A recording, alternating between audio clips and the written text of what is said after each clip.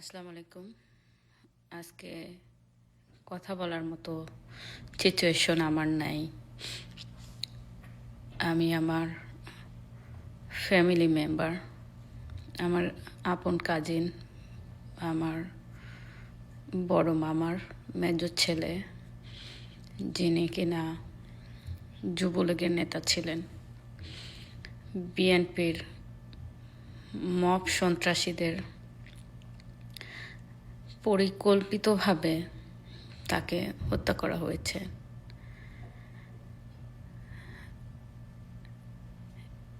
এই আমার ভাইটা, আমরা একসাথে বড় হয়েছি।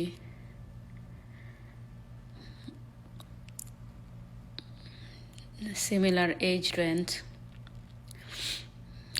এই ভাইটা দলকে এত ভালোবাসতো, এই দলের জন্য তার আজকে জীবন দিতে হলো। এটা খুবই দুঃখজনক।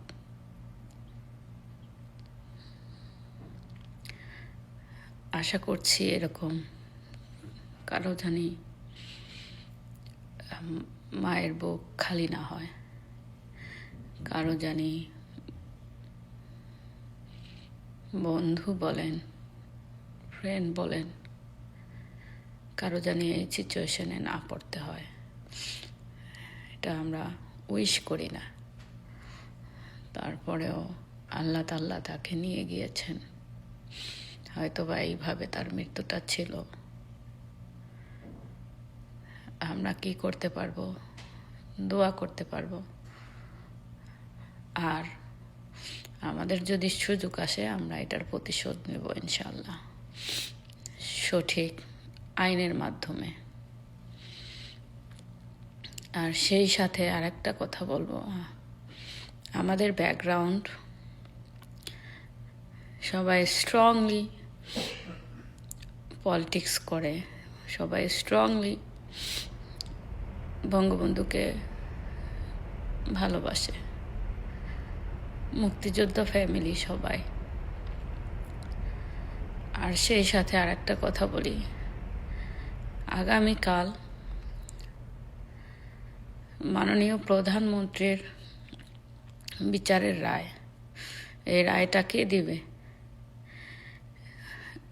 এই রায়টা জামাত শিবিরের লোক দিয়ে রায়টা ঘোষণা করাবে, এটা কে মানবে?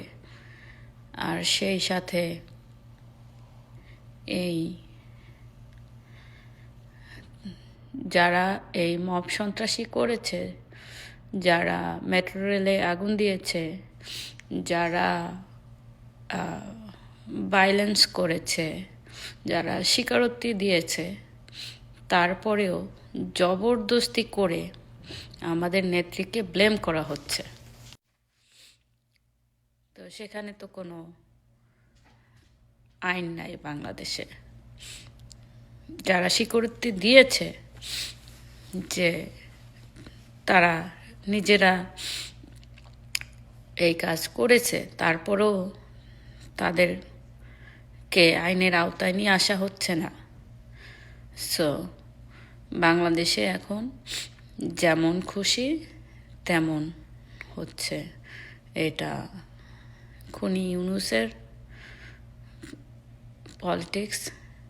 সে যেভাবে চাবে সেভাবেই মানুষকে মারবে, যেভাবে চাবে সেভাবেই মানুষকে ব্লেম দিবে, আইনের আওতায় আনবে তার নিজের ইচ্ছায়।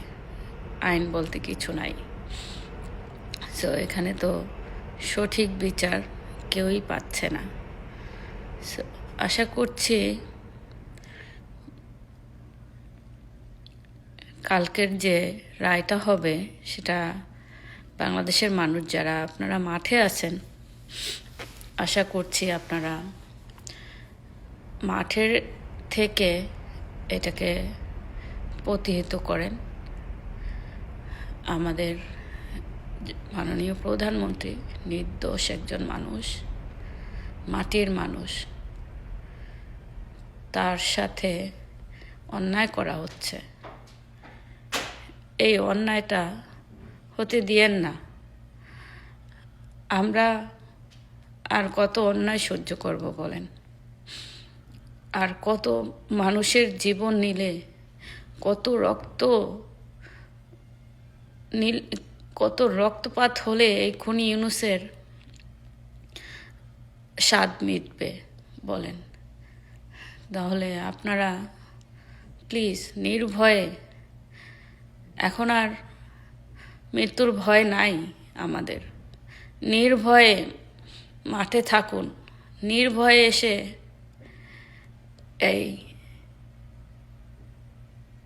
এই খুনি ইউনূসকে প্রতিহত করুন, বাংলাদেশটাকে বাঁচান। এই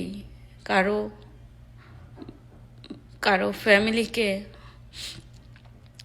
হ্যাঁ ঠিক আছে, ভায়োলেন্স হবে, হয়তো বা একদিন হবে, 5 দিন হবে, বাট 100 ইয়ারের জন্য, বছরের জন্য, সারা জীবনের জন্য বাংলাদেশটা ভালো থাকবে। আমরা হয়তো বা আমাদের জীবন দিতে হলেও আমাদের নেক্সট জেনারেশন তো ভালো থাকবে। সো সেই দিকে লক্ষ্য রেখে প্লিজ আপনারা মাঠে নেমে এই যুদ্ধটাকে সফল করুন। আপনাদেরকে অসংখ্য ধন্যবাদ। পুলিশদেরকে না মারা হতো তাহলে বিপ্লবটা এত সহজেই অর্জিত হতো না। কিন্তু নিয়মের ব্যত্যয় ঘটিয়ে পৃথিবীতে যত বিপ্লবের ইতিহাস আপনি দেখবেন না কেন, সবগুলো ইতিহাসই কিন্তু সংবিধানের কিংবা নিয়মের বাইরে গিয়ে কিন্তু বিপ্লবগুলো সংগঠিত হয়ে থাকে। যদি মেট্রো রেলে আগুন না দেওয়া হতো, যদি পুলিশদেরকে না